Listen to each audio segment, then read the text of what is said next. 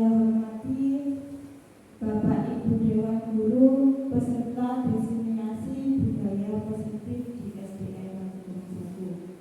Alhamdulillah, puji syukur kita panjatkan kepada Allah Subhanahu wa Ta'ala karena pada siang ini kita dapat hadir dalam acara diseminasi budaya positif. Sholawat serta salam mudah-mudahan tetap tercurahkan kepada Nabi kita Nabi Muhammad SAW, karena berkat beliaulah kita dituntun ke jalan yang benar.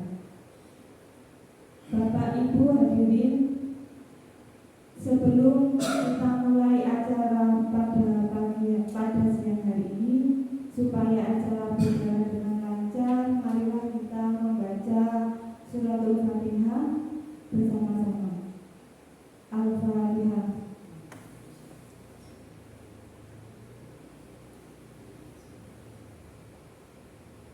Selesai. Hadirin yang berbahagia, sebelum izinkan saya membacakan susunan acara pada siang hari ini. Acara yang pertama, sambutan dari Ibu Kepala Sekolah SDN Batu. Acara yang kedua, acara inti yaitu diseminasi budaya positif yang akan disampaikan oleh Ibu Ainun Jaya. Kemudian yang terakhir adalah penutup.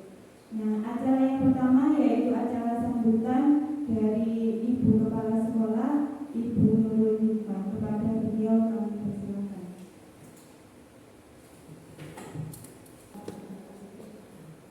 Bu, apa kabar Bu? Baik, kok tegang? Santai aja, nggih. Bismillah, alhamdulillah, la haula wala quwata illa billah. Mangkatu yang saya hormati Bapak Ibu Guru SDN Batu Bulan 1.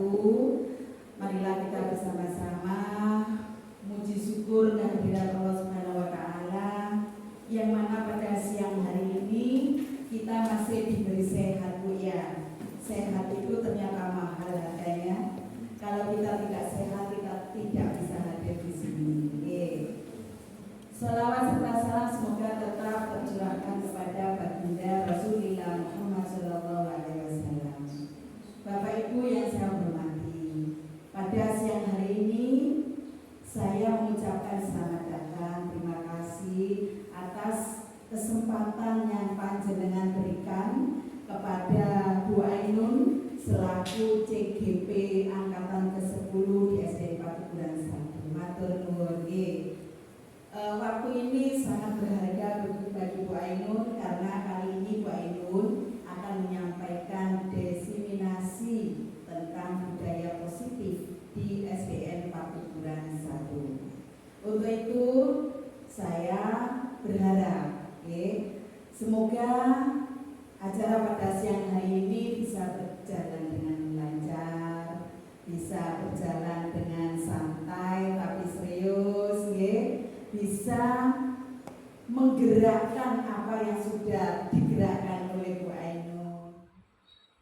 Terima kasih kami sampaikan kepada Ibu Hikmah yang telah memberikan sambutan dan memberikan semangatnya kepada kita semua untuk mengikuti diseminasi budaya positif dengan semangat. Nah, acara selanjutnya yaitu acara inti penyampaian diseminasi budaya positif oleh CGP angkatan 10 dari SDN Batu Bulan 1 yaitu Ibu Ainun Jaya. Kepada beliau kami persilakan. Terima kasih kepada Ibu Moderator, Ibu Sasmita telah memberikan waktunya kepada saya. Baik Bapak Ibu, sebelum saya mulai, saya ada pantun dulu ya. Beli kue cum-cum ke Kota Batu. Assalamualaikum warahmatullahi wabarakatuh.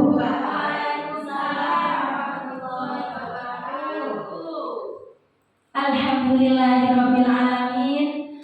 Segala puji syukur kita semoga tetap terhaturkan kepada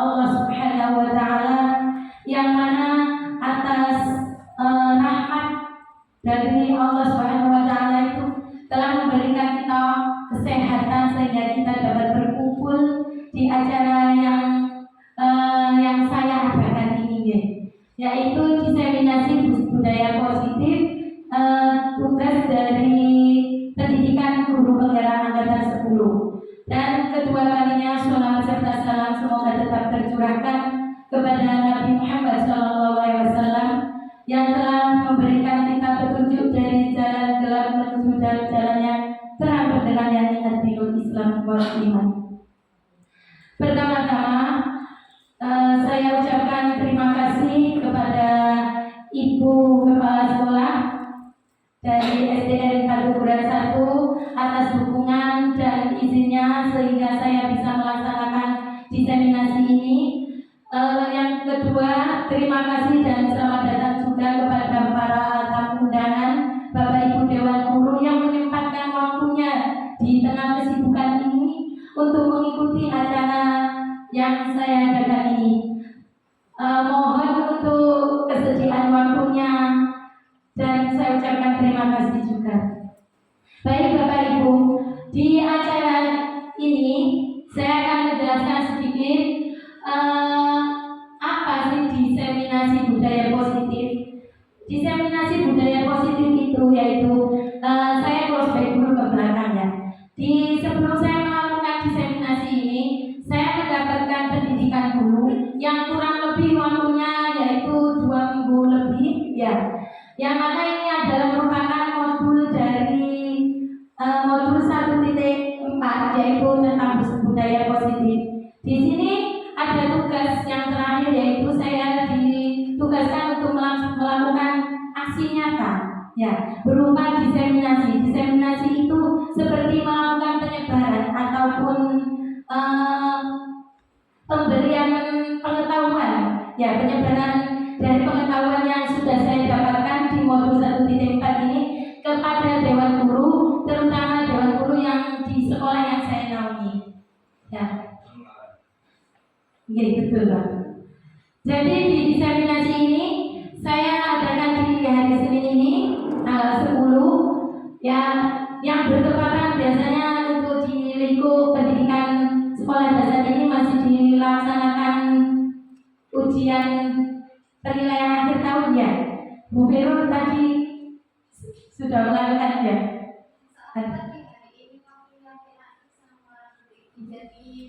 Alhamdulillah. Terima kasih atas waktunya untuk hadir di sini.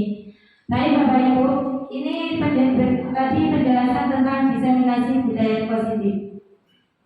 Sebelum kita mulai, ini ada Bapak Ibu akan kami ajak untuk berdiskusi sebentar juga ya. Di sini tinggal Bapak Ibu berpendapat setuju apa tidak ya. Apakah Bapak Ibu setuju dengan pendapat bahwa pemberian hukuman dapat mendisiplinkan murid? Bebas monggo, sesuai dengan pengetahuan Bapak Ibu atau yang Bapak Ibu lakukan setiap harinya. Setuju apa tidak? Tidak. Ada jawaban lagi? Setuju.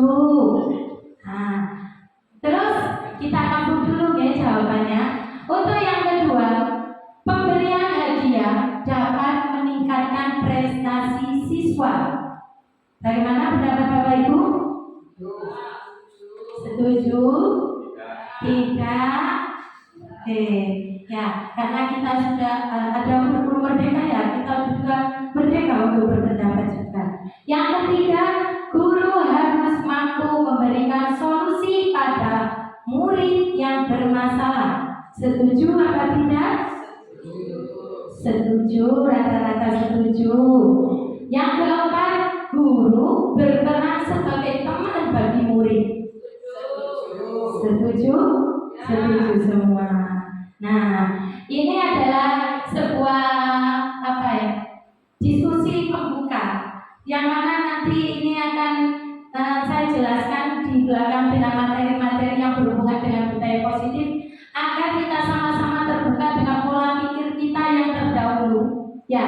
Dan di sini pola pikir kita apakah sudah benar, apakah ada yang sedikit keliru ya, ataupun ada yang memang harus dibenahi. Nah, di materi ini di budaya positif, sebelum kita membahas, Di sini saya tampilkan tentang tujuan pendidikan menurut Ki Hajar Dewantara. Menurut Ki Hajar Dewantara, tujuan pendidikan itu adalah menuntun segala kodrat yang ada pada anak-anak agar mereka dapat mencapai keselamatan dan kebahagiaan yang setinggi-tingginya, baik sebagai manusia maupun sebagai anggota masyarakat. Nah, ini merupakan pendapat dari Ki Hajar Dewantara mengenai tujuan pendidikan. Ya, jadi di situ ada kata menuntun. Nah, menurut Bapak Ibu guru, menuntun itu seperti apa atau apa menuntun itu? Ada jawaban? Membersamai, mengajak bersama-sama. Ada pendapat lain? Mendampingi.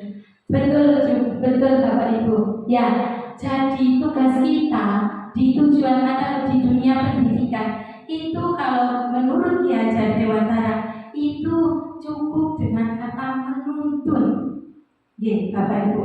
Di modul saya sebelumnya yang sudah saya pelajari, modul 1.1 ataupun modul 1.2 dan 1.3, itu Ki Hajar Dewantara itu menekankan bahwa seorang guru itu harus menuntun, bukan menuntut. Nah, ya, karena apa? Di situ segala kodrat yang ada pada anak, karena pada dasarnya anak itu sudah ada di dalam dirinya, itu sudah ada dasar, sudah ada bekal, ataupun sudah ada bakat, sudah ada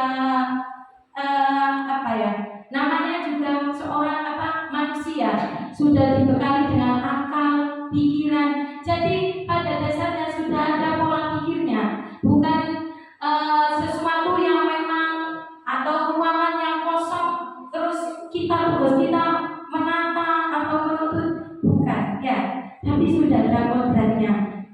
Jadi oleh sebab itu pendidik itu hanya dapat menuntun tumbuh atau hidupnya kekuatan kodrat tadi yang ada pada anak agar dapat memperbaiki lakunya. Jadi kita cukup membersamai dan ikut memperbaiki yang salah. Ya, memperbaiki apanya Bu? Lakunya, yaitu prosesnya. Mungkin di tengah-tengah proses anak tersebut ada sedikit melencengnya. Nah, kita cuma membersamai dan membantu memperbaiki. Ya, bukan dasarnya Bapak Ibu ya. Karena anak sudah ada dasarnya, ada bakatnya. Kadang anak dari lahir sudah diberitakan lancar membaca, mungkin pengetahuannya cepat, ataupun jiwa-jiwa kasih sayangnya sudah muncul. Nah, kita jika memantau, kita tinggal menuntun saja, ya Bapak Ibu. Nah, di budaya positif ini, jadi di budaya positif di sekolah ini yaitu nilai dan kebiasaan di sekolah yang berpihak pada murid agar mereka dapat berkembang menjadi pribadi yang kritis, penuh hormat, bertanggung jawab sesuai dengan profil pelajar Pancasila. Masih ingat Bapak Ibu profil pelajar Pancasila ada berapa? Apa saja? Monggo murid. Yang pertama, boleh mandiri, beriman dan bertakwa kepada Tuhan Yang Maha Esa, bernalar kritis, apalagi kreatif, inovatif, bertanggung jawab. Terima kasih atas jawabannya. Jadi di budaya positif ini kita akan membersamai murid agar tentang apa? Nilai dan kebiasaan di sekolah yang mana tetap berpihak pada murid ya.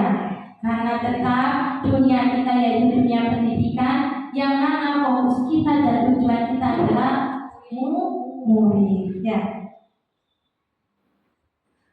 Nah, ini Bapak Ibu guru. Nanti di sini materi-materi yang akan kita bahas ya. Ada konsep-konsep kunci di budaya positif.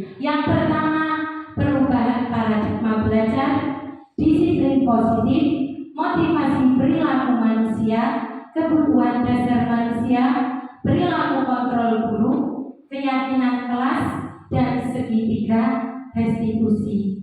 Nah, jadi sebetulnya dari pembelajaran ini saya dan teman-teman di angkatan kami itu mendapat pendidikan ini di materi modul ini selama 2 minggu lebih, Bapak Ibu.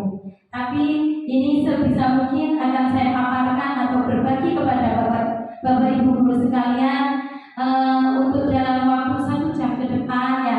Semoga kita dapat paham dan berbagi pengetahuan, walaupun pengetahuan yang saya dapat mungkin hanya secuil ya. Namanya juga ilmu yang sudah saya dapat, maka saya ilmu kalau sudah didapat tidak akan bermanfaat kalau tidak ditularkan atau dibagikan ya.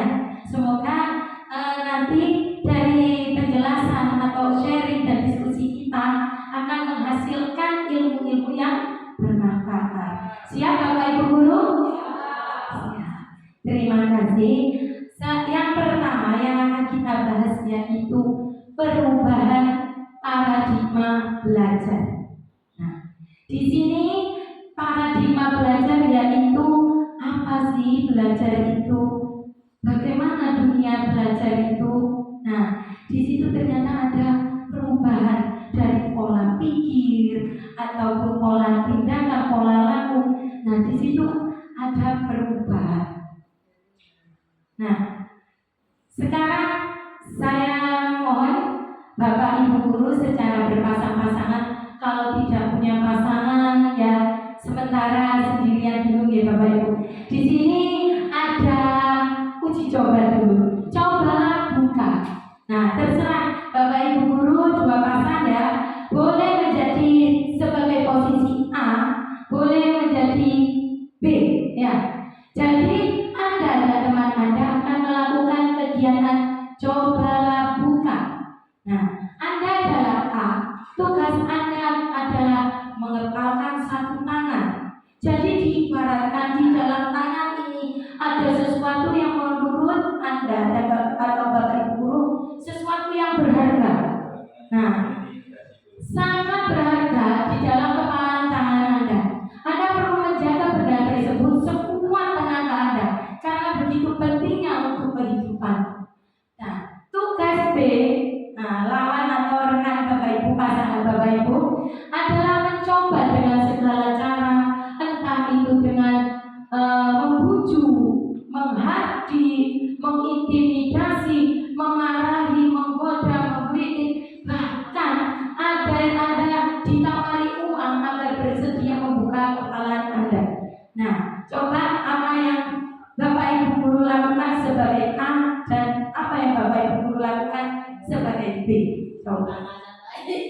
Coba dilakukan. Nah, itu berarti posisi Kaisar ingin sebagai B. Nah, bagaimana posisi sebagai A? Nah, sudah diperhatikan? Sudah? Nah, sekarang yang mau saya tanyakan, sebagai yang mengambil posisi A, apakah Bapak Ibu guru mau untuk membuka tangan? Posisi A? Tidak. Kenapa Bu Urin? Tidak mau? Kenapa? Sangat berharga. Nah, terus yang posisi B menggunakan cara apa agar temannya mau membuka? Mengancam. Menawari dengan uang. Mengintimidasi ya. Banyak cara ya. Jadi di sini Bapak Ibu guru, kita bisa memposisikan ya, mohon maaf sebelumnya kita ternyata posisi kita yaitu sebagai B dari pendidik yang selama ini kita lakukan. Ya, ternyata yang posisi A itu sebagai peserta didik atau murid ya. Nah, di posisi ini seringkali kita jumpai mungkin di kelas-kelas yang Bapak Ibu naungi ya, ada anak yang di saat itu tidak mau menulis ya kan. Nah, dia kekeh dengan pendapatnya, aku nggak mau menulis Bu hari ini, pokoknya nggak mau. Nah, akhirnya kata kita sebagai guru, ayo pokoknya nulis. Kalau nggak nulis nanti ibu hukum. Nah, ada ancaman, ada intimidasi. Kamu sudah nggak mau nulis, sudah dong intimidasi, dijelek-jelekkan. Nah, apakah Bapak Ibu guru selama ini juga melakukan seperti itu? Oh tidak Pak Irsa, terima kasih, alhamdulillah ya. Ada yang pernah melakukan. Jujur Bapak Ibu, saya sendiri sebelum mendapatkan pengetahuan dan pendidikan ini, saya pernah melakukan Bapak Ibu. Ya, tidak apa-apa, ini adalah kejujuran. Kita kalau memang mau berubah, yang pertama kita lakukan yaitu harus jujur dulu ya. Biar kita tahu apa yang kurang ataupun apa yang salah dalam diri kita ketika mengajar. Ya, ternyata saya juga pernah menghardi, saya juga pernah membujuk, mengiming-imingi dengan hadiah agar mau menulis atau mau mengerjakan, pernah Bapak Ibu. Dan ternyata di sini pembelajaran ini ada yang salah, ya, ada yang keliru. Baik, saya buka materi yang pertama, yaitu perubahan paradigma belajar. Dalam membangun budaya positif, sekolah dapat menyediakan lingkungan yang positif, aman, dan nyaman agar siswa mampu berpikir, bertindak, dan mencipta dengan merdeka, mandiri, dan bertanggung jawab. Jadi, dalam budaya positif sebenarnya kita itu harus bisa menyediakan lingkungan positif, nyaman, dan aman.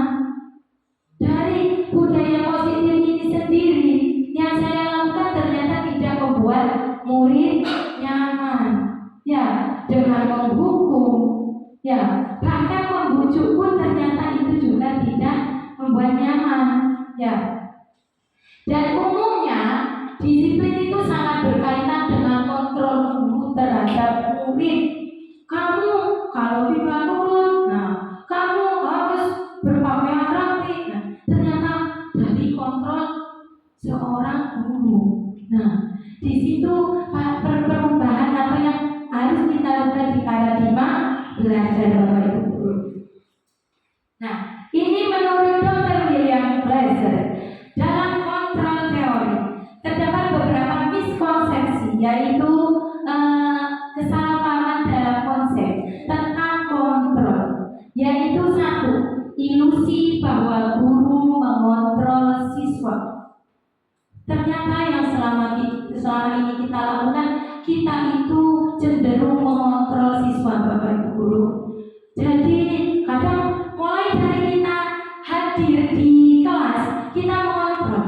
Ayo duduk bersiap, ayo siapkan, berdoa. Siapa yang tidak berdoa, kita mengontrol terus. Nah, ternyata menurut Dr. William ini adalah ilusi kalau seakan-akan pembelajaran kita itu sudah benar. Ternyata itu ada kekeliruan. Ya.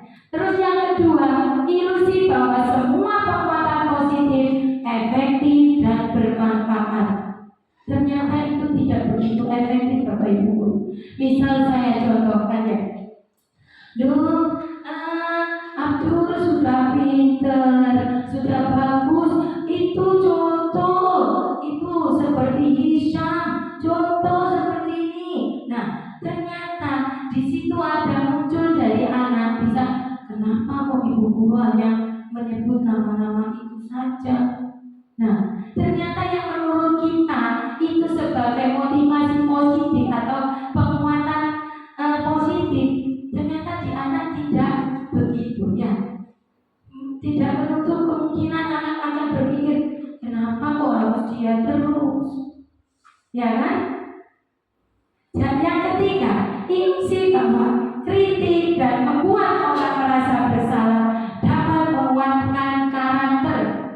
Aduh, nah seumpamanya saya sebut ya, aduh Pak Hajir, nah, atau Pak Hajir sebagai murid ya, aduh Hajir, kenapa sih kamu itu kok tidak mau nulis? Ibu ini kecewa. Nah,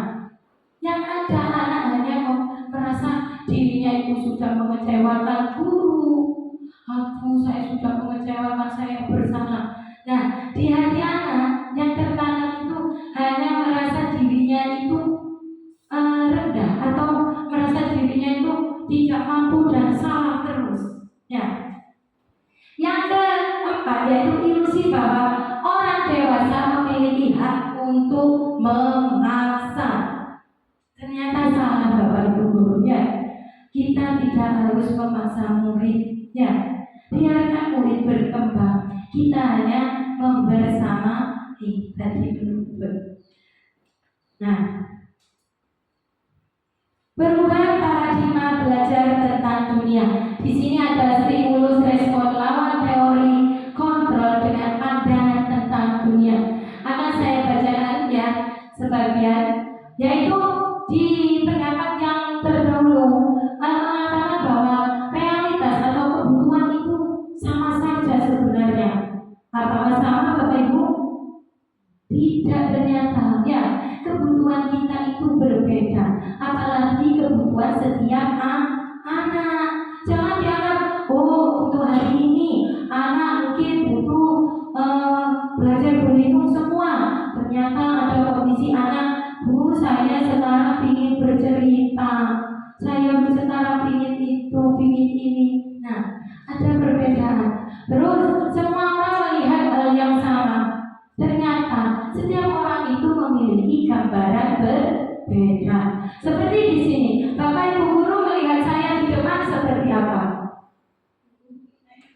Nah, gambarannya sosok saya ini seperti apa? Oh, kejam matanya. Terus apa lagi? Seperti dosen. Terus nakal, boleh berpendapat. Nah, inilah yang namanya pandangan dunia ya. Yaitu yang mana ketika stimulus respon berpendapat bahwa mungkin memandang saya, semua orang pasti memandang saya itu sama. Ternyata tidak Bapak Ibu ya. Itulah yang namanya perubahan paradigma tentang dunia ya, belajar tentang dunia ya. Terus saya yang terakhir ya, model berpikir. Ternyata di berpikir kita berpikir itu ada menang kalah. Ternyata tidak Bapak Ibu guru. Kita jangan menanamkan ada menang ada kalah. Nah, padahal setiap orang, setiap anak didik itu menang semua. Ya, dia menang dalam dirinya sendiri, menang melawan kemalasan, menang melawan kecerobohan mungkin, menang melawan ketidakaktifannya. Nah, dia bisa berubah dengan perubahan yang dialami sendiri-sendiri, itu kategori menang. Ya. Oke, saya lanjut. Yang kedua, disiplin positif. Nah, Bapak Ibu guru, saya mau jawabannya juga. Apa sih makna dari disiplin? Monggo Bapak Ibu guru. Apa makna disiplin? Sesuai. Terus monggo Aisyah, Bu Karoma, apa makna dari disiplin? Tepat waktu. Apalagi Bu Dewi, Bu Nita, monggo, apa makna disiplin? Tertib. Nah, ini buat ya. Disiplin itu kebanyakan orang akan menghubungkan kata disiplin dengan tata tertib, teratur, kepatuhan kepada peraturan ya Bapak Ibu guru ya. Kita jangan disiplin berarti anaknya nurut, taat, patuh, apa tertib. Nah, dalam budaya kita, mana kata disiplin itu kebanyakan dimaknai menjadi sesuatu yang dilakukan seseorang pada orang lain untuk menjadikan kepatuhan. Kan ada kita berpendapat, murid itu tidak disiplin, kamu tidak disiplin. Nah, karena apa? Tidak patuh, katanya itu ya. Nah, kita cenderung menghubungkan kata disiplin dengan ketidaknyamanan.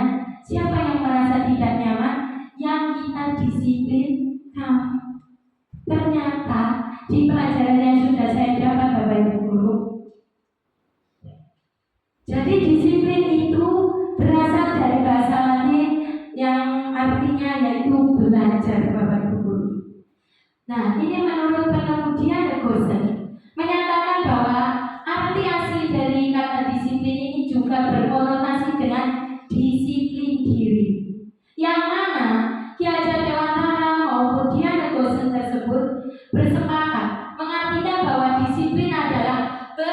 belajar untuk kontrol diri agar dapat mencapai sesuatu tujuan yang mulia, mengacu pada nilai kebajikan universal dan memiliki motivasi intrinsik bukan ekstrinsik. Jadi di sini mengartikan belajar guru, Bapak Ibu. Ya, di sini itu belajar mengontrol diri, bukan belajar atau melakukan kontrol kepada orang lain, ya, bukan mengatur orang lain. Ya. Jadi kita melakukan adanya disiplin positif biar peserta didik melakukan pembelajaran kontrol diri. Nah, selanjutnya yaitu disiplin positif merupakan salah satu cara penerapan disiplin yang bertujuan untuk menumbuhkan kesadaran serta memberdayakan anak untuk melakukan sesuatu tanpa sokongan, ancaman maupun hukuman. Siapa yang pernah, ayo ibu rapikan, nanti ibu beri hadiah. Ayo kamu mau tidak piket, harus piket, tidak piket ibu hukum. Nah, pernah mengalami seperti itu Bapak Ibu Guru?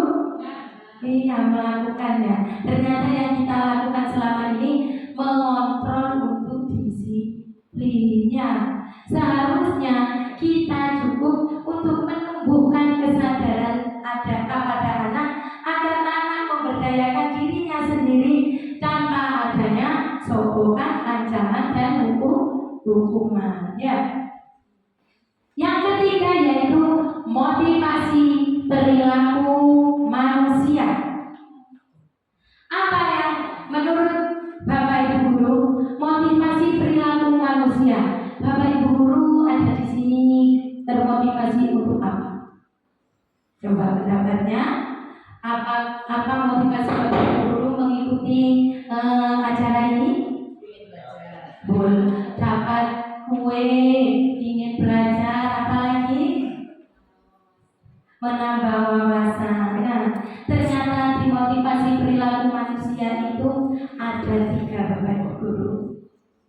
Nah, kita ketika ada suatu dorongan atau kegiatan, kita ada motivasi perilaku yaitu 1. Untuk menghindari ketidaknyamanan atau hubungan.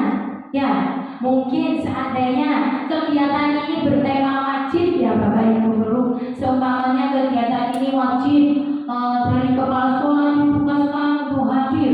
Nah, apakah Bapak misalnya untuk yang motivasi yang pertama, Bapak Ibu Guru akan berpikir, saya kalau tidak hadir nanti dihukum kepala sekolah, nanti akan dibahas, dikucilkan. Nah, jadi ada motivasi untuk menghindari ketidaknyamanan atau hukuman. Nah, sama kepada murid. Murid kalau tidak melakukan nanti akan apa yang akan terjadi apabila saya tidak melakukannya. Nah, ternyata ada motivasi ingin menghindari ketidaknyamanan atau hukuman. Nah, motivasi yang kedua yaitu untuk mendapatkan imbalan atau penghargaan dari orang lain. Oh, saya mau hadir di acara ini biar saya dipuji Bapak Kepala Sekolah atau Ibu Kepala Sekolah.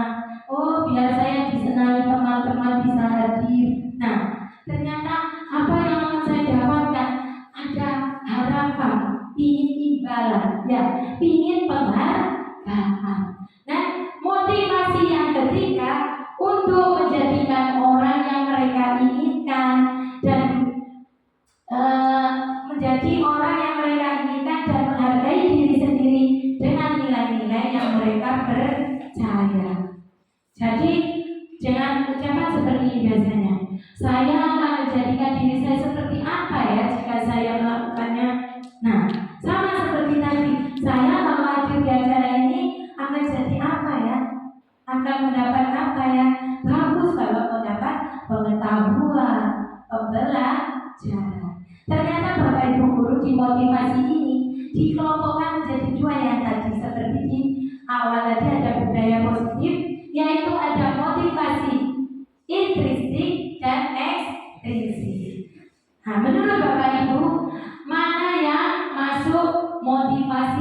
ekstrinsik? 1 dan 2, betul sekali. Ya, karena apa? Karena disebabkan orang lain ya. Nah, kalau yang motivasi yang ketiga masuk motivasi apa Bapak Ibu Guru? Intrinsik, karena timbul motivasi dari diri sendiri. Nah, kita juga harus menanamkan motivasi ini kepada anak didik kita ya. Kita munculkan motivasi intrinsik, yaitu agar anak ingin menjadi orang seperti apa ya, menghargai diri sendiri sesuai dengan nilai-nilai yang mereka percaya ya. Yang selanjutnya, motivasi perilaku manusia ini tujuan dari disiplin positif sebenarnya, yaitu menanamkan motivasi yang ketiga. Apa tadi yang ketiga Bapak Ibu Guru? Intrinsik, yaitu ingin menghargai atau menumbuhkan motivasi dari diri sendiri. Nah, pada murid-murid kita yaitu untuk menjadi orang yang mereka inginkan dan menghargai diri sendiri dengan nilai-nilai yang mereka percaya. Ketika murid-murid kita memiliki motivasi tersebut, mereka telah memiliki motivasi intrinsik yang berdampak jangka panjang. Jadi kalau sudah tertanam dari diri sendiri, besok-besoknya, kemudian harinya, mereka akan selalu ingat dan tertanam.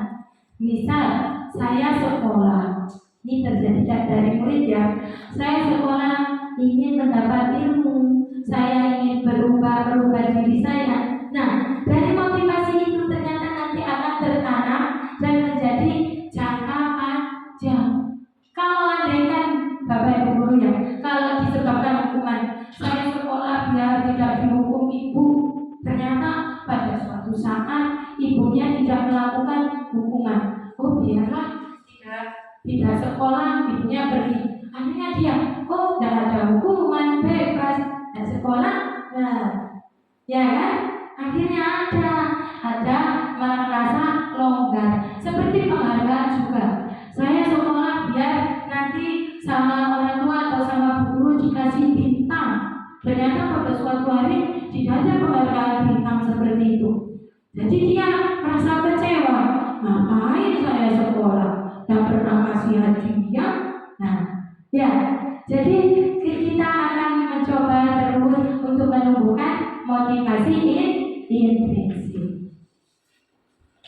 Nah, ini Bapak Ibu Guru, tindakan terhadap suatu pelanggaran yang dilakukan siswa. Ini ada hukuman, konsekuensi, dan restitusi. Ya, jadi perbedaannya kalau hukuman itu bersifat satu arah. Satu arah itu bagaimana? Yaitu dari guru sendiri yang menentukan Bapak Ibu Guru. Seumpamanya terlambat datang ke sekolah. Yo, kenapa kamu terlambat? Ayo, saya hukum mengelilingi lapangan 5 kali. Nah, ternyata itu yang dinamakan hukuman. Ya. Dan murid hanya menerima suatu hukuman tanpa melalui suatu kesepakatan. Muridnya tidak tahu, oh kalau telat ternyata disuruh lari 5 kali. Saya tidak tahu ternyata muridnya telatnya tidak sarapan. Nah, akan terjadi akibat berikutnya, mungkin sakit. Nah, itu adalah berupa hukuman fisik, ada psikis, dan kata-kata kasar. Terus kalau konsekuensi, ini bentuk konsekuensi dibuat oleh pihak guru atau sekolah dan murid sudah mengetahui. Jadi sebelum masuk kelas ya, siswa yang ramai nanti, ayo anak-anak siswa yang ramai nanti disuruh apa? Suruh itu Bu maju menerangkan. Nah, sepakat anak-anak. Nah, itu ada konsekuensi. Anak-anak walaupun ibu guru sudah membuat, tapi ibu guru itu menjelaskan dulu dan anak-anak paham. Jadi anak-anak akan mengingat kalau di konsekuensi. Oh, kalau telat sama bu guru disuruh menyanyi Indonesia Raya. Jadi anak-anak ketika Ustaz jangan telat nanti dihukum atau disuruh konsekuensinya menyanyi Indonesia Raya, mungkin seperti itu ya Bapak Ibu.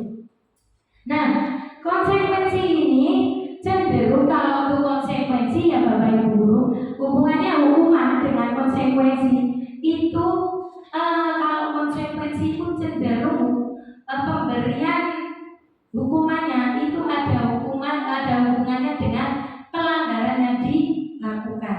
Nah, yang ketiga yaitu restitusi. Yaitu restitusi itu proses kolaborasi.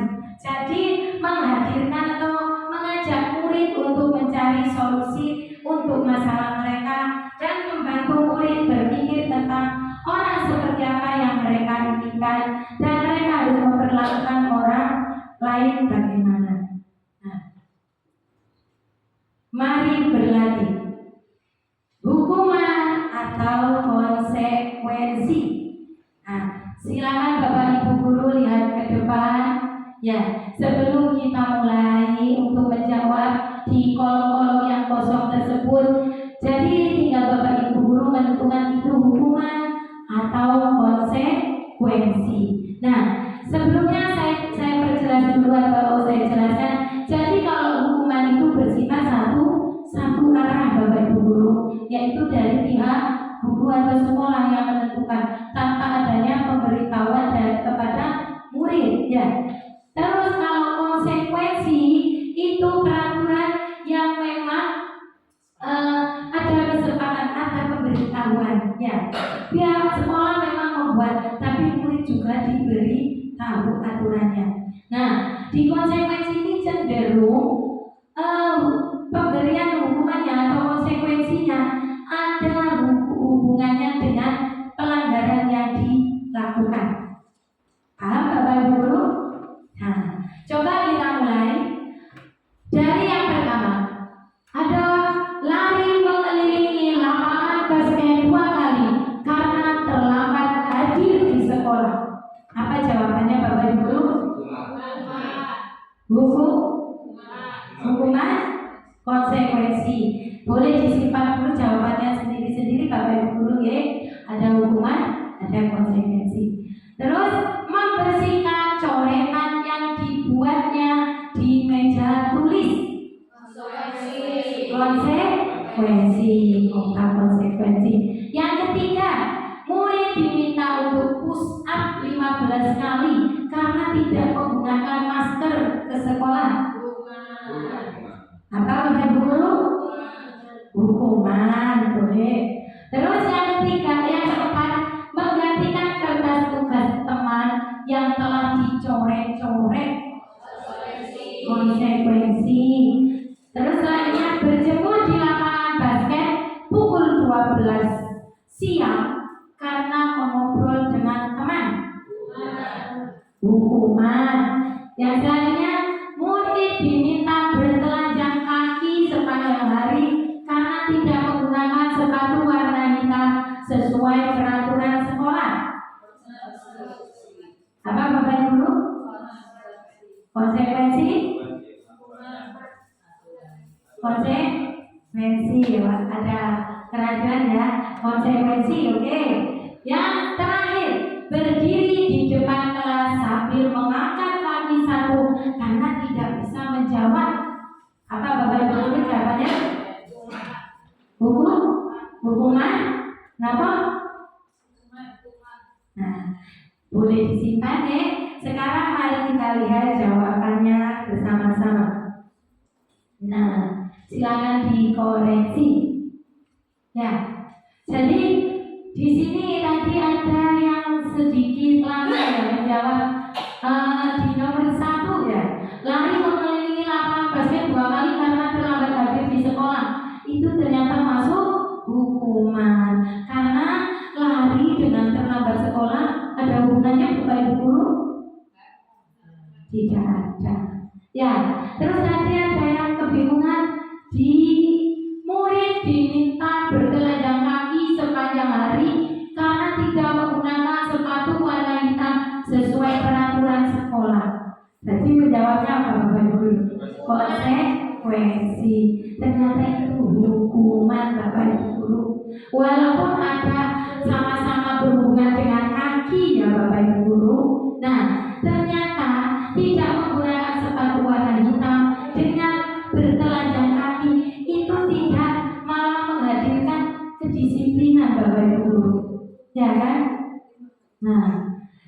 itu mungkin ada pendapat lain atau solusi lain agar menjadi konsekuensi apa Bapak Ibu guru? Nah, diberitahukan peraturan kalau harus memakai warna hitam. Kalau memang terjadi memakai mungkin warna putih, coklat, ya ada apa? Pemberitahuannya. Terus berdiri di depan kelas sambil mengangkat satu kaki karena tidak bisa menjawab pertanyaan. Jadi sama-sama menjawab hukuman. Nah, ada yang ditanyakan Bapak Ibu guru dari materi yang ini? Apa ada yang kurang paham? Apa hukuman? Apa itu konsekuensi? Sudah? Nah, kita lanjut ya. Yang selanjutnya yaitu kebutuhan dasar manusia. Nah, Bapak Ibu guru, kebutuhan dasar manusia. Bapak Ibu guru di sini atau selama hidup yang dibutuhkan Bapak Ibu guru itu apa? Makan, sandang, pangan, papan. Terus kalau harapan dari orang lain butuh apa? Penghargaan, apa lagi? Uang. Nah, kalau kepada keluarganya atau kepada pasangannya butuh diarahkan, disayangi, dicintai, apa lagi?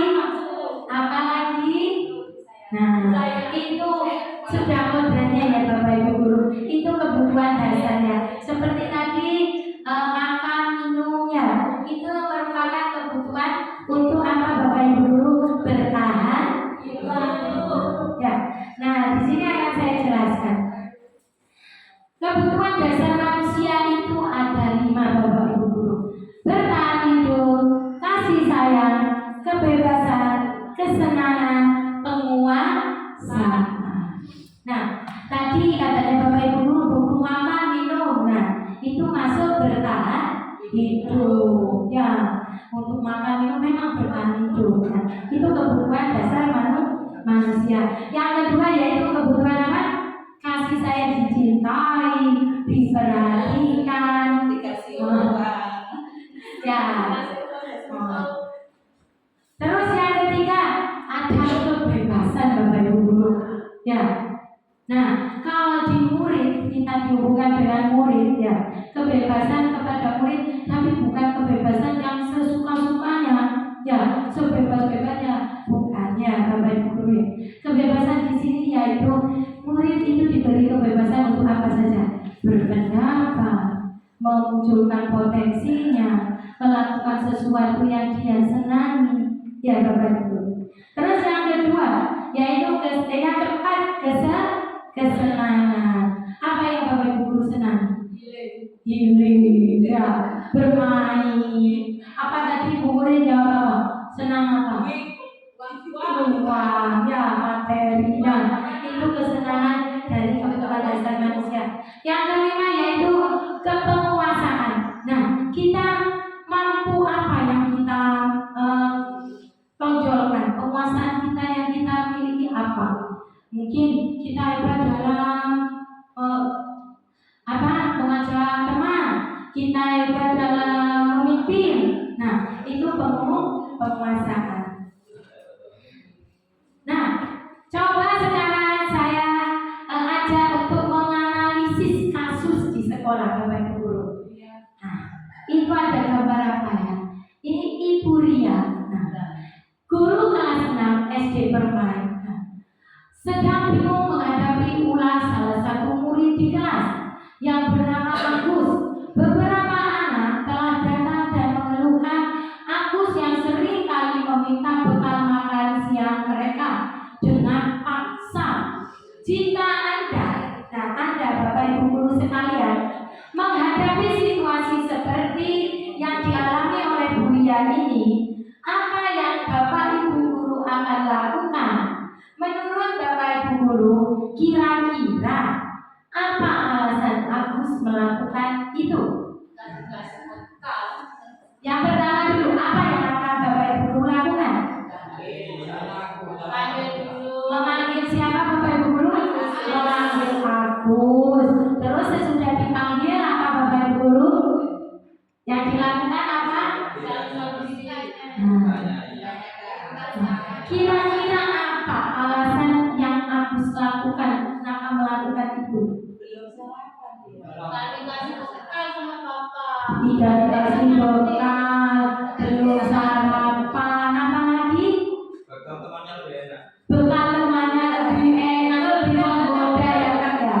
Nah, ternyata dari kasus ini kita jangan langsung berpikir dengan satu pendapat, mungkin dia tidak pernah ini. Nah, kita harus mengadakan yang namanya tadi Bapak Ibu, analisis kasus ya. Nah, di sini dalam konteks penerapan disiplin positif, Ibu Ria sebaiknya mencari tahu alasan Agus melakukan tindakan tersebut agar mengetahui kebutuhan mana dari kebutuhan 5 tadi ya yang sedang berusaha Agus ingin dipenuhi. Nah, kebutuhan apa? Tinggal kita yang tadi ketika memanggil Agus, kita selidiki kebutuhan apa? Apakah kebutuhan bertahan hidup karena Agus lapar dan orang tuanya tidak membawakan bekal makan siang? Nah, kita harus menggali dari 5 kebutuhan dasar tadi. Apakah butuh kasih sayang? Ternyata Agus itu ingin mendapatkan perhatian dari teman-temannya. Caper, nah ya, kata-katanya caper, biar diperhatikan teman-temannya. Atau kebutuhan penguasaan, Agus merasa hebat karena temannya itu jadi takut dan menuruti keinginannya. Nah, atau kebutuhan kebebasan, Agus merasa bosan dengan bekal yang dibawakan orang tuanya, menunya itu saja, mie saja, atau apa lagi, telur saja ya. Nah, atau dia membutuhkan kebutuhan dasar yang kesenangan. Aku hanya iseng dan ingin menikmati ekspresi wajah temannya yang kesal. Jadi kan kadang kita menjumpai ada murid, kenapa kamu kok selalu mengganggu temanmu? Nah, iseng bu, senang lihat teman nangis, senang lihat teman marah-marah. Nah, ternyata dari pemantauan kita terhadap 5 kebutuhan dasar, kita akan menemukan ya. Baik, kita lanjut posisi kontrol guru. Ya, posisi kontrol guru. Nah,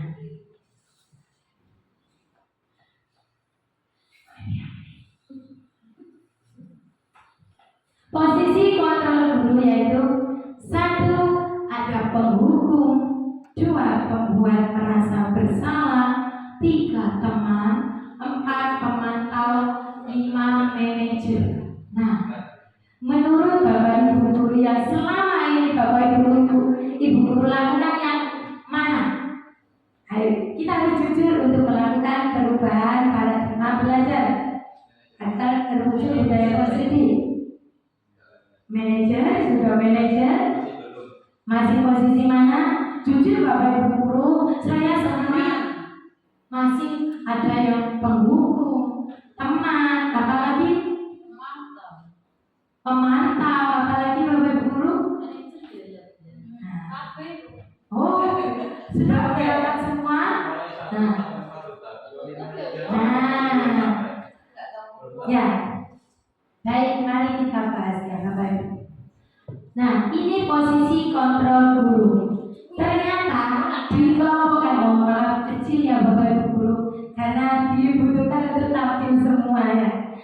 Posisi kontrol guru di situ dibagi ada 2 yaitu 2 kategori ya, di mana motivasinya ada yang menjadikan identitas gagal, ada yang menjadikan identitas berhasil atau sukses ya. Di mana identitas gagal yaitu ada kategori penghukum dan pembuat rasa bersalah ya.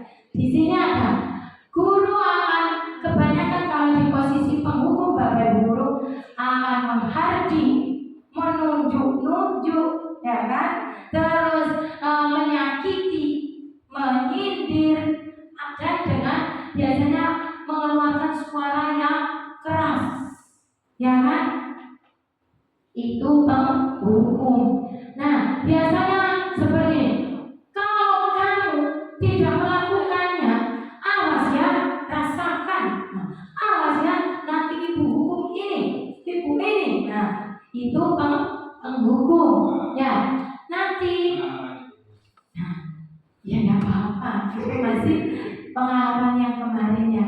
Jujur saya juga pernah melakukan Bapak Ibu guru. Nanti akan menghasilkan murid yang bagaimana? Murid yang memberontak, mudah menyalahkan orang lain, dan mudah berbohong. Kenapa muncul sikap seperti itu? Karena takut dimarahi, takut dihukum, padahal tahu dirinya yang salah. Aduh, siapa yang seumpamanya? Siapa yang menumpahkan air? Aslinya dirinya sendiri, nunjuk temannya. Akhirnya berbohong, bukan saya bu, ini, itu bu. Nah, itu karena akibat dari sikap posisi guru yang menghukum. Ya, pernah menjumpai seperti itu Bapak Guru? Pernah ya, saya juga pernah melakukan ya. Nah, kita akan karena sudah dapat materi ini, nah kita akan mencoba agar meninggalkan identitas gagal itu. Terus akibatnya di murid, ya murid akan berkata seperti ini, biarkan saja, nanti juga marah-marah lagi, meremehkan, ya kan? Kalau sering kita tegur, kadang murid itu sudah kebal. Aduh, tarik-tarik. Mungkin guru itu marah-marah, terus sudah kalau marah diam, tinggal mendengarkan. Nah, akhirnya meremehkan, ya. Akhirnya murid akan mengulang kesalahan lagi. Yang kedua, membuat merasa bersalah. Guru biasanya berkata seperti ini, seharusnya nak, kamu itu belajar yang rajin. Ibu kecewa kamu tidak belajar. Bagaimana ini? Ujianmu jelek semua. Nah, ya kan? Pernah Bapak Ibu guru melakukan seperti itu? Pernah ya. Akhirnya apa yang didapatkan hasilnya? Murid akan menyembunyikan, menyangkal juga dan berbohong. Tidak bu, saya belajar nanti malam bu. Nah, karena tidak mau gurunya kecewa. Padahal aslinya murid memang tidak belajar ya. Nah, jadi di situ kalau muridnya memang menyadari, maafkan saya bu. Nah, akhirnya dia merasa rendah diri, disalahkan terus. Kamu itu tidak kasihan dengan orang tuamu yang membiayai, tidak kasihan dengan gurumu yang mengajar. Nah, akhirnya murid merasa rendah diri. Saya sudah mengecewakan orang tua, mengecewakan guru. Saya ini bagaimana saya gagal. Nah, akhirnya itu menghasilkan identitas murid yang gagal. Yang selanjutnya ada teman dan pemantau ya. Kalau teman ini biasanya kecenderungan kita melakukan kepada murid yang lawan jenis ya. Ada yang murid perempuan suka dengan atau senang dengan pak guru yang laki-laki, atau murid yang laki-laki senang dengan guru perempuan karena mereka butuh posisi guru sebagai teman. Kan kadang-kadang, ayolah kerjakan demi ibu, ayo. Nah, akan dengan suara yang halus, ya kan? Terus itu akan berpikir Bapak Ibu guru itu sebagai teman. Oh, teman saya, nanti Bapak Ibu guru akan menolong saya. Nah, lemah dan tidak mandiri dan tergantung, itu hasil dampaknya kepada muridnya jika posisi guru sebagai teman, ya Bapak Ibu guru. Terus yang selanjutnya sebagai pemantau, yaitu menghitung dan mengukur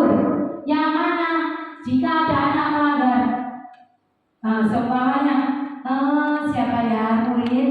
Muridnya murid siapa murid yang biasanya sering melanggar? Oh, anak ya.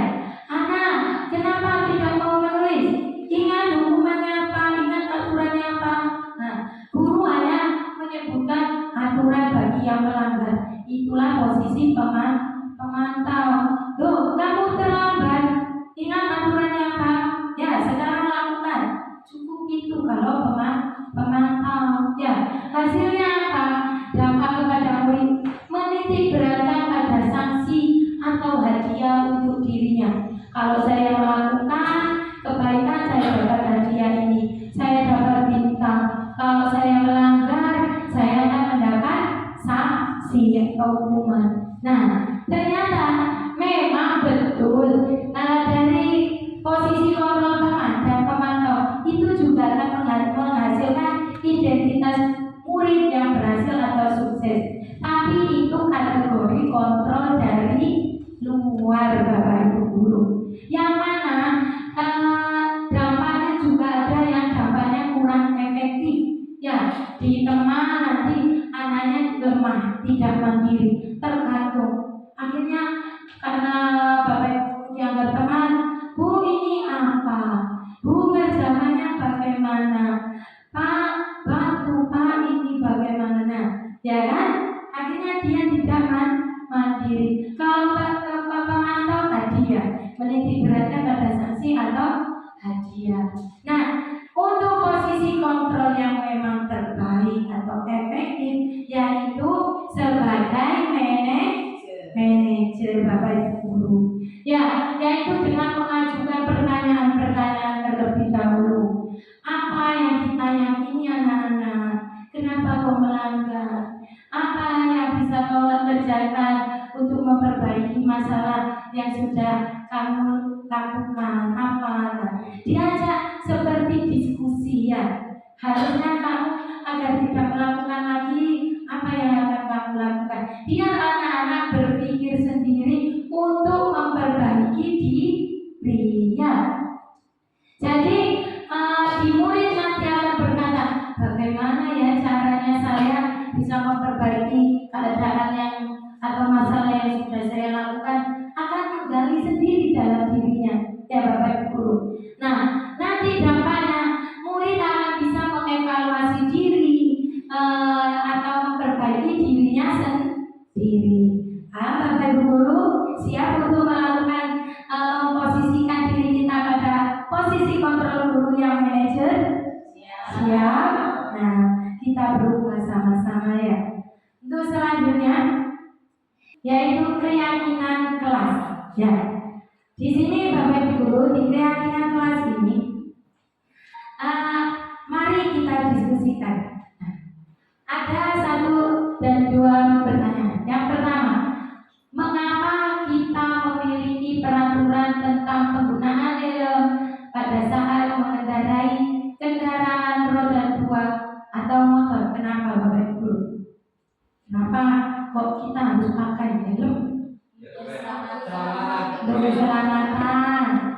Apalagi? Takut polisi. Apa?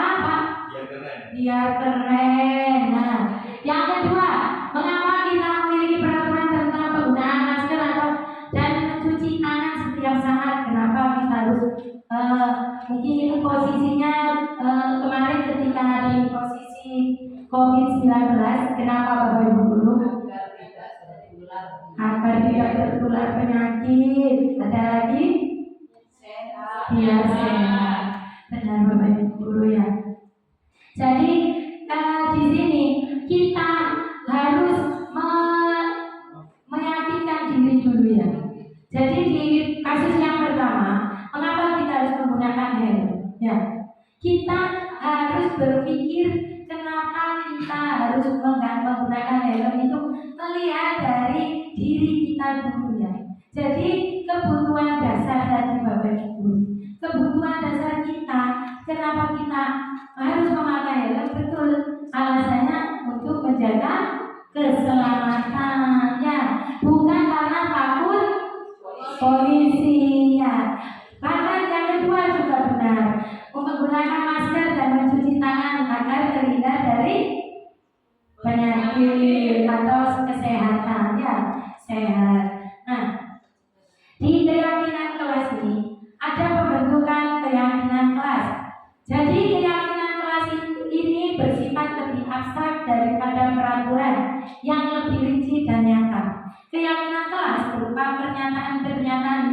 asal.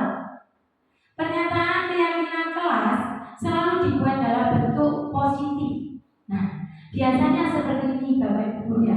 Kalau peraturan itu biasanya dilarang membuang sampah. Apakah itu termasuk kalimat positif? Tidak. Ya. Kalimat negatif karena ada larangan ya. Kita harus mengubah kalimat negatif itu menjadi bentuk yang positif. Buang sampah. Ayo kita. Nah, betul. Buanglah sampah pada tempatnya. Atau apa Pak Irsyad? Kita buang sampah. Nah, atau ada ajakan ayo kita buang sampah pada tempatnya. Atau buang mantan. Ya, jadi itu Bapak Ibu guru di perbentukan atau kesepakatan keyakinan kelas ini. Nah, kita menyatukan ya yang mana peraturan yang cenderung kosakatanya itu dalam bentuk kalimat negatif kita ubah menjadi kalimat positif ya. Keyakinan kelas harusnya dibuat tidak terlalu banyak. Biar apa Bapak Ibu guru? Biar terlaksana dengan baik dan mudah diingat dan dipahami. Kosakatanya yang simpel tapi mengena ya. Terus keyakinan kelas hendaknya sesuatu yang dapat diterapkan di lingkungan itu. Kalau kita berada di lingkungan sekolah atau di lingkungan kelas, keyakinan kelas apa yang harus kita buat? Terus selanjutnya, semua anggota kelas hendaknya ikut berkontribusi dalam pembentukan keyakinan kelas melalui kegiatan curah pendapat. Nah, semua anggota kelas bersedia meninjau kembali keyakinan kelas dari waktu ke waktu. Baik Bapak Ibu guru, nah kita hari ini kita akan memposisikan diri kita, diri Bapak Ibu guru semua sebagai murid ya.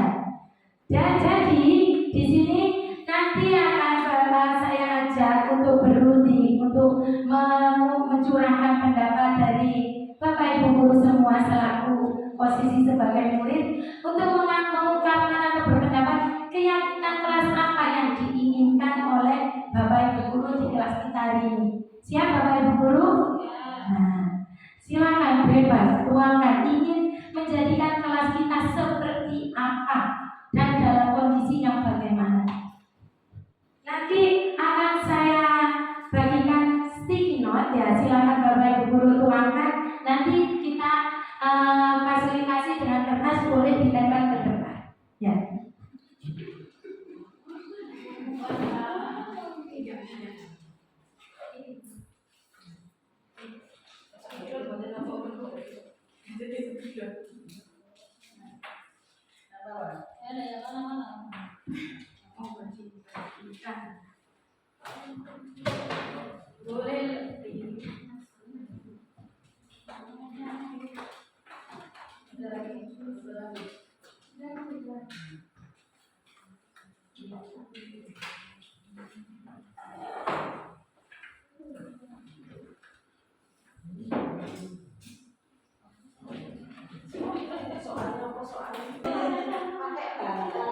Nah, ini yang sudah saya perhatikan keyakinan kelas yang di kelas 4 ya.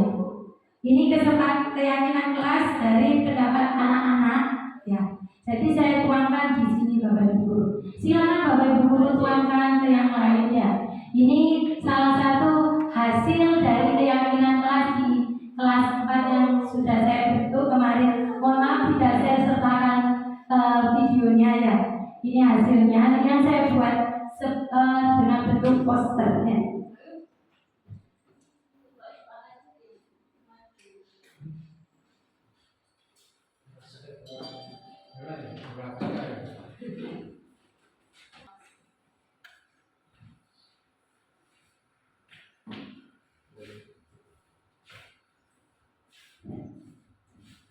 Sudah semua Bapak Ibu guru? Sudah. Terima kasih untuk curah pendapatnya. Akan kita bacakan untuk keyakinan kelas yang pendapat-pendapat dari dari Bapak Ibu guru. Yang pertama, nyanyi dahulu sebelum belajar. Nah, apakah Bapak Ibu guru sepakat dengan ini? Kita mengadakan keyakinan kelas menyanyi terlebih dahulu sebelum belajar. Terus ada pembelajaran yang menyenangkan. Terus bersih, tidak mengejek. Nah, tidak mengejek teman ini kalimat apa Bapak Ibu guru? Negatif ya. Berarti kalau kita buat tidak mengejek teman apa Bapak? Saling menghargai, betul. Terus di bawahnya ini ada saling menyayangi. Nah, ada lagi kelas yang santai dan nyaman. Nah, merawat kelas.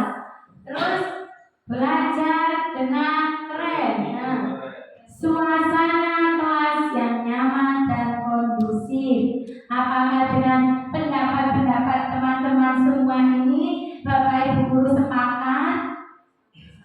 Apakah ada yang tidak disepakati? Apakah ada yang perlu ditambahi? Sepakat semua? Sepakat? Nah, terima kasih. Inilah kita mempraktekkan yang namanya keyakinan ke kelas. Jadi di sini seperti ada kita akan meminta atau melakukan bersama, bukan hanya murid, tapi guru juga ikut andil dalam keyakinan kelas ini ya. Jadi tidak mungkin ini ada kalimat bersih.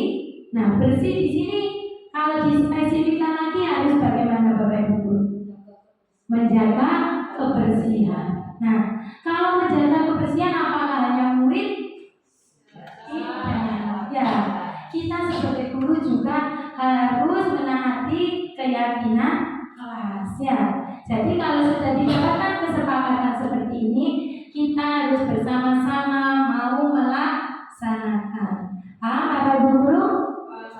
Nah, silakan nanti ketika di kelasnya masing-masing kita bisa membentuk yang namanya keyakinan kelas. Nah, dengan adanya keyakinan kelas ini, maka akan muncul kesadaran diri dari setiap anggota. Karena memang itu sebuah kesepakatan, bukan aturan satu orang. Ya Bapak Ibu guru. Nah, selanjutnya yaitu yang terakhir yaitu segitiga restitusi. Ini yang harus kita lakukan juga. Segitiga restitusi yaitu proses menciptakan kondisi bagi murid untuk memperbaiki kesalahan mereka sehingga mereka bisa kembali pada kelompok mereka dengan karakter yang lebih kuat.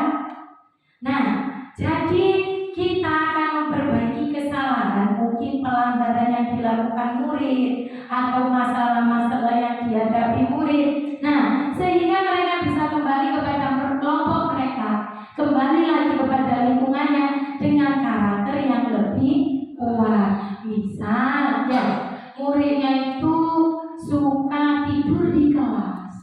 Nah, akhirnya kita mencoba untuk memperbaiki. Nah, agar apa?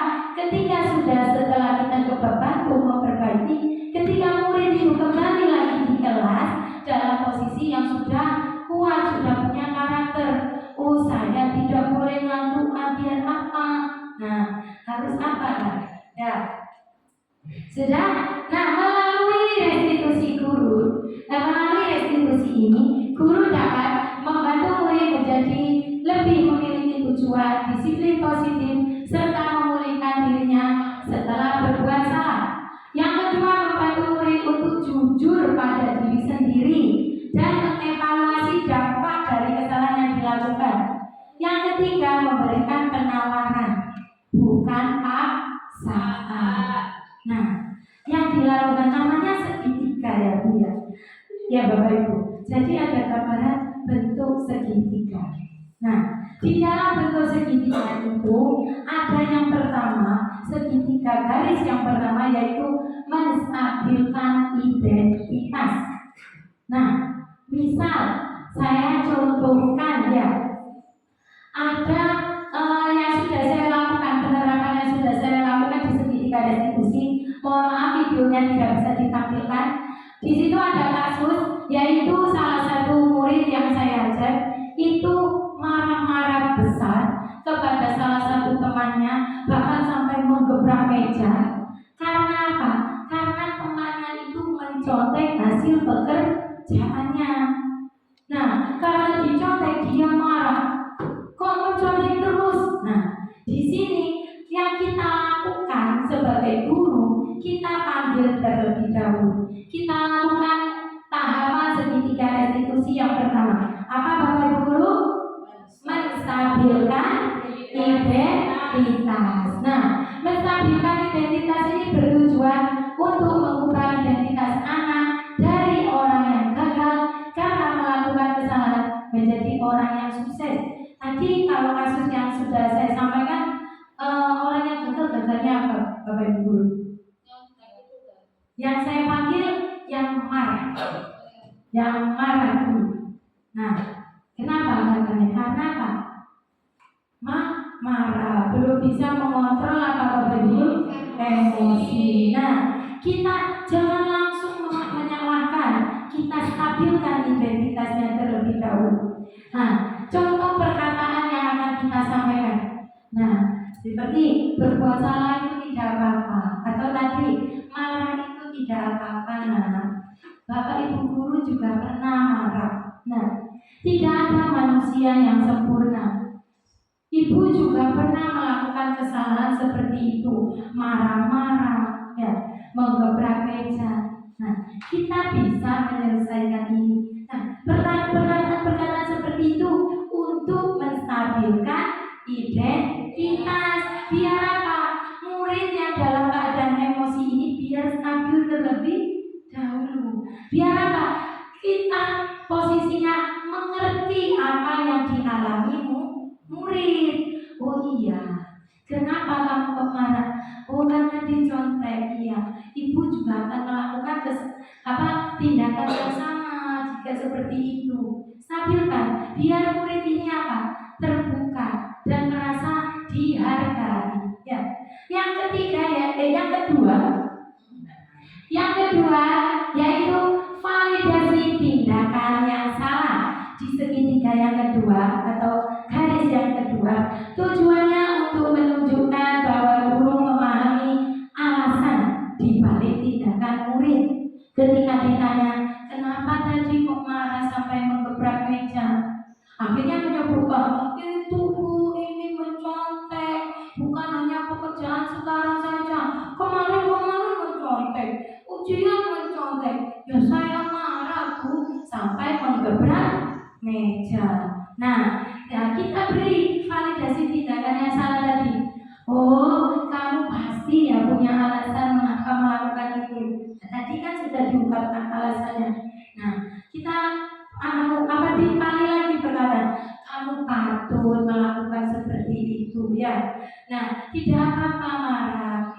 Ibu bersyukur kamu tidak sampai melakukan yang lebih. Apa yang lebihnya? Mungkin sampai memukul, ya kan, berkelahi. Nah, tidak apa-apa. Nah, itu yang namanya validasi tindakan yang salah. Yang selanjutnya, yang ketiga, yaitu menanyakan keyakinan. Anak akan siap untuk dihubungkan dengan nilai-nilai yang dia percaya dan berpindah menjadi orang yang dia inginkan. Kan tadi sudah digali kesalahannya. Akhirnya kita tanyakan lagi. Tadi menurut kamu yang dilakukan itu salah atau tidak? Anak akan dengan sendirinya menjawab, iya Bu salah. Saya sudah marah-marah. Nah, kalau sudah marah kepada teman sampai menggebrak meja, itu kita kan sudah membuat keyakinan kelas. Nah, keyakinan kelas apa yang kira-kira sudah kamu langgar sampai marah-marah tadi? Akhirnya anak berpikir sendiri. Akhirnya menggali, aku ini salah di apa, melanggar keyakinan kelas apa? Anak menjawab, oh keyakinan kelas yang tidak menghargai atau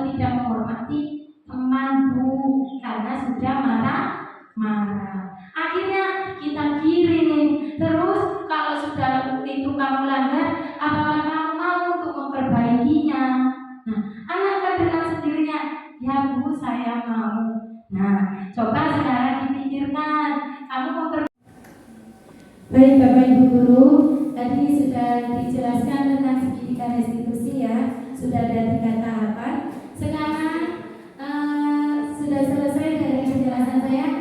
Nah, kita menuju ke pertanyaan dan diskusi. Apakah Bapak Ibu Guru ada pertanyaan? Siapa yang ingin bertanya? Oh ya, Bapak Irsyad, monggo. Assalamualaikum warahmatullahi wabarakatuh. Terima kasih atas waktunya. Saya Muhammad Irsyad dari SDN Al Salihua. Saya ingin berdiskusi tentang masalah tentang hukuman tadi. Sebenarnya karena saya ini guru agama, saya ingin menjawab dasar saya dari materi saya itu guru agama. Kalau di materi kami, hukuman itu bisa menjadi jalan terakhir untuk menyadarkan anak menuju ke disiplin positif, asalkan memang benar-benar jalan terakhir. Seperti kata Nabi Muhammad, tuntunlah anakmu sholat ketika anak itu usia 7 tahun. Dan apabila sampai umur 10 tahun dia tidak sholat, maka kita boleh untuk memukulnya asal tidak berbahaya. Artinya apa? Hukuman di situ bisa menjadi jalan terakhir untuk membangkitkan disiplin positif anak, asalkan memang benar-benar berproses dari usia 7 tahun sampai umur 10 tahun. Nah, dan apabila 10 tahun masih tidak terjadi kedisiplinan, maka kita diperbolehkan untuk menghukum itu dari materi yang pernah saya pelajari. Terima kasih atas kesempatannya. Assalamualaikum warahmatullahi wabarakatuh.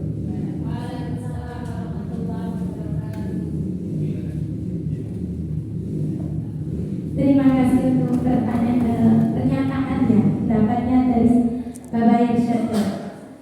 Jadi betul sekali ya yang tadi Bapak Irsyad tuangkan atau katakan ya. Jadi gini Bapak Ibu, tadi kan kita sudah di posisi kontrol guru, kita sepakat bahwa kita akan mengambil posisi sebagai manajer ya, dimana posisi manajer itu adalah posisi yang sangat baik dan sangat kondusif dan efektif yang bisa kita terapkan kepada murid ya. Nah, tapi Bapak Ibu Guru, ketika kita terjun di lapangan, kadang ketika kita melakukan posisi manajer tersebut, kadang kita menjumpai murid yang sulit melakukan perubahan pada dirinya sendiri. Nah, ketika seperti itu, sesudah mencoba posisi manajer tidak bisa, ya, kita bisa mundur ke belakang posisi yang ke belakangnya itu apa Bapak Ibu Guru? Pemantau, ya. Ketika dipantau ada konsekuensi, kok tetap tidak ada perubahan dalam diri murid itu, kita pindah lagi ke posisi yang berikutnya yaitu sebagai teman. Nah, biasanya sebagai pendekatan teman, kadang ada murid yang bisa mengalami atau menjadikan perubahan pada dirinya. Nah, tetapi ada juga murid yang belum bisa melakukan disiplin positif atau perubahan pada dirinya. Nah, tadi kalau sudah kita melakukan posisi kontrol sebagai teman, ternyata murid tersebut belum bisa melakukan disiplin positif atau perubahan pada dirinya, kita bisa berpindah ke pembuat rasa bersalah. Bahkan ke jalan yang terakhir, seperti kata Pak Irsyad tadi, yaitu sebagai penghukum. Itu merupakan alternatif yang terakhir ya. Karena kita sebagai guru, kita tetap harus mengambil posisi yang pertama yaitu sebagai manajer. Begitu Pak Irsyad. Nah, terima kasih. Ada pertanyaan lagi? Alhamdulillah. Terima kasih. Cukup sekian ya. Kita sudah menuju penghujung acara, yakni penutup, yang mana mari kita mengucapkan bacaan alhamdulillah sama-sama. Alhamdulillahirabbil alamin. Terima kasih Bapak Ibu Guru atas kehadiran dan waktunya, dan sehingga kita bisa bertukar pikiran ya, bisa belajar bersama dalam diseminasi budaya positif hari ini. Dan saya juga mengucapkan mohon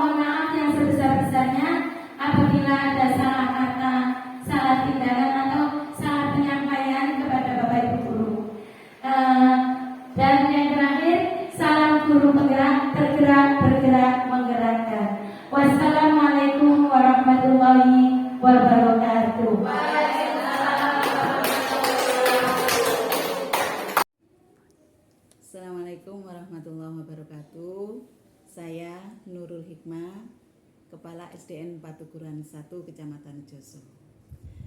Tadi setelah melaksanakan diseminasi tentang budaya positif yang dilakukan oleh CGP SDN Patukuran 1 Bu Ainun Jariah angkatan ke-10, saya menilai cukup bagus memang untuk didiseminasikan agar nanti para guru yang ada di SDN Patukuran 1 ini bisa tergerak dengan adanya budaya positif. Harapan saya kalau ada ilmu-ilmu seperti ini yang baru-baru lagi, baiklah, saya menerima dengan terbuka agar kami selaku insan pendidikan di SDN Patukuran 1 bisa lebih maju. Dan saya berharap untuk CGP Bu Ainun Jariah agar ke depan lebih mempersiapkan materinya dan juga perangkat IT-nya. Hanya itu yang bisa saya sampaikan. Semoga Bu Ainun tetap semangat, sehat selalu untuk melaksanakan CGP angkatan ke-10. Assalamualaikum warahmatullahi wabarakatuh.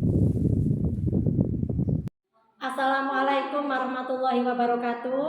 Perkenalkan, nama saya Nur Karoma dari SDN Patukuran 1. Saya adalah rekan sejawat dari Ibu Ainun Jariah CGP angkatan 10.